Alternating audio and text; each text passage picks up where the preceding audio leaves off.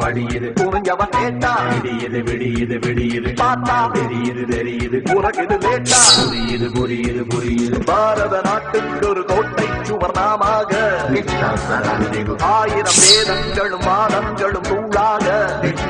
நீதியை காப்பதற்கு நீ குளிப்போம். வாசல் கதவுகள் திறக்கட்டும், நமக்கு ஒரு வாழ்க்கை வசதிகள் திறக்கட்டும் திறக்கட்டும், ஊழல் ஒழியட்டும் ஒழியட்டும், தருமத்தின் பாடல் ஒலிக்கட்டும் ஒலிக்கட்டும் ஒலிக்கட்டும், காலம் நேரம்